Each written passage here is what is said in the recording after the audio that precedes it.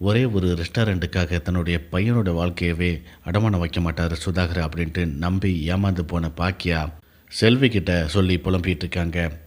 இது ஒரு பக்கம் இருக்க, இன்னொரு பக்கம் இனியாவை கட்டுறாங்க.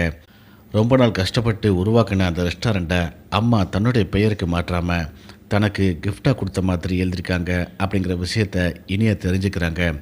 இதை போயிட்டு சுதாகர்கிட்ட கேட்குறாங்க. சுதாகர் உடனே எதுவுமே நடக்காத மாதிரி, இல்லைம்மா இதில் நிறைய சட்ட சிக்கல் இருக்குது, ஒன்று என் பேரில் இருக்கணும் அல்லது என்னுடைய பையன் பேரில் இருக்கணும் அப்படிங்கிற மாதிரி கேட்டாங்க.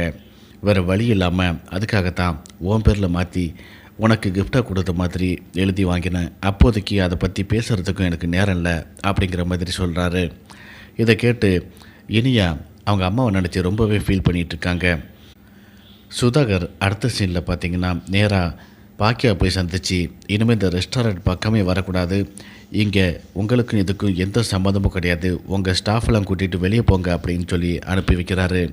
இதனால் பாக்கியா ரொம்பவே மனசோடைஞ்சு போய் ரெஸ்டாரண்ட்டை விட்டு வெளியே வந்து உட்காந்துருக்காங்க. செல்வியும் பக்கத்தில் உட்காந்து பேசிகிட்டு இருக்காங்க. இதோட இந்த ப்ரோமோ முடியுது.